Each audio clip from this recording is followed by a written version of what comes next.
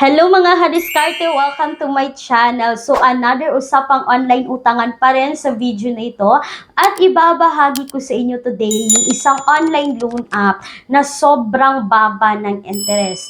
Fast approval, instant disbursement pa rin itong loan app na to. 7 pesos and 50 cents yung interest dito every day. So kung i-compare natin to sa ibang online loan app mga hadiskarte na 7 days lang, ang lalaki na ng interest, may loan deduction pa. Pero itong loan app na ito na isi-share ko sa inyo ngayon is talagang subok na ito ng nakararami, no? So, kung gusto nyo malaman yung buong details ng utangan na ito, is keep on watching. Kasi, hindi ko na to papatatagalin pa. Unlike sa mga others review ko, mga diskarte na sinasabi ko muna yung process kung paano mag-apply. Hindi. Dito talagang babanggitin ko na direct kung magkano talaga yung nautang ko dito. But before that, gusto ko lang i-share sa inyo na kung kayo po ay employed or self-employed at nais nyo mangutang sa bangko, you can message me dito mga kadiskarte para sa karagdagang impormasyon tungkol dito. They offer po minimum of 20,000, maximum of 2 million pesos. Ito po ay offer para sa mga employed in a private sector, yung mga business owner po at least 5 years running na yung business, at we have doctor's loan din po. So for more details that is you can message me dito, and please take note that all applications submitted is subject for bank approval. At mga kadiskarte, ito na nga, so hindi na natin patatagalin pa. I-share ko naman sa inyo kung paano mag-apply dito, kung saan to makikita itong utangan na ito, pero tatalakayin muna natin sa video na ito kung magkano nga ba talaga yung interest. Kasi ang haba-haba ng discussion, hindi naman recommended. So ganito na yun mga kadiskarte, ibibigay, sasabihin ko na agad kung magkano talaga yung interest sa loan app na ito, yung loan deduction nila, bago ko ibahagi sa inyo kung paano yung step by step para umutang dito. Kulang ang budget, ang mahal ng mga bilihin. No problem, may solusyon tayo. Gamit ang isang valid ID, makakautang ka na sa loob ng 10 minutes o mas mabilis pa. Mag-apply ng loan kahit anong oras, kahit gabi o kahit weekends or holiday.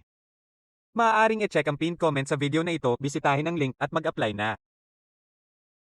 Bago ko sabihin yung pangalan ng loan app na ito, is the offer sa akin 1,500 sa first loan dito. So, hindi naman talaga kalakihan yung first loan dito, pero at least mababa yung interest. Kahit sa anumang utangan online mga kadiskarte, no, lalo na sa mga online loan app, is talagang magsisimula tayo sa small amount. So, mga kadiskarte, the offer 1,500 at pwede tayong mamili dito ng 1,000 or 1,500, nakadepende sa atin yan. At payables to mga kadiskarte, 18 days lang po. So, sa 1,500 mga kadiskarte, yung marireceive natin dito or yung na-receive ko dito is 1,365 kasi meron silang service fee na 135. So, wala silang interest dito mga kadiskarte sa unang hiram, pero meron silang service fee na 135 pesos, which is yung ma-receive natin is 1,365 at babayarin natin ito sa halagang 1,500 pa rin sa loob po yan ng 18 days. So, itong online loan app na ito mga kadiskarte is si Mr. Cash. So, para sa akin is talagang recommended naman tong loan app na ito kasi nga ang baba ng interest. At alam ko sa mga borrowers, lalong-lalo na sa talagang nangungutang online, is talagang nasubukan nila itong si Mr. Cash. Pero, hindi lahat na nag-a-apply dito is na-a-approve. Yes, mga kadiskarte, hindi lahat. Kasi hindi naman talaga perfect yung online world, kasi minsan nag-e-error or sa kanang marami nang nag-a-apply is talagang may mare-reject kasi hindi naman lahat talaga nang nag-a-apply is na-a-approve, may mare-reject din. At so yun mga kadiskarte, no, si Mr. Cash ay makikita po natin ito sa Google Play Store. As usual po, kapag tayo ay nag-apply dito is kailangan nating maglagay dito ng ating personal information,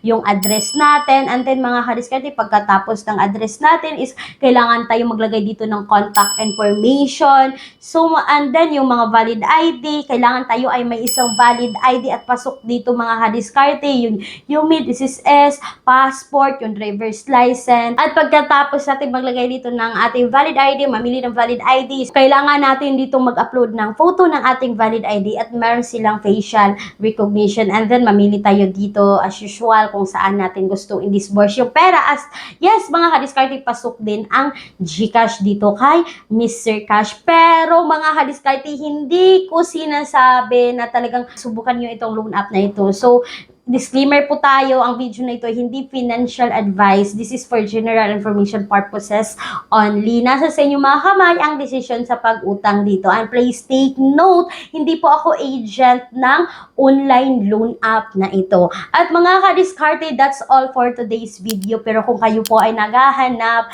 ng mga loan app na subok na rin ng nakararami, is you can visit my pinned comment section or description box ng video na ito para sa mga karagdagang impormasyon ng mga loan app na talagang subok na ng nakararami. That's all for today's video mga kadiskarte. Once again, this is Clarissa, inyong madaldal na kadiskarte. Laging tandaan na tayong mga Pinoy ay unli sa diskarte. Bye-bye! Thank you for watching!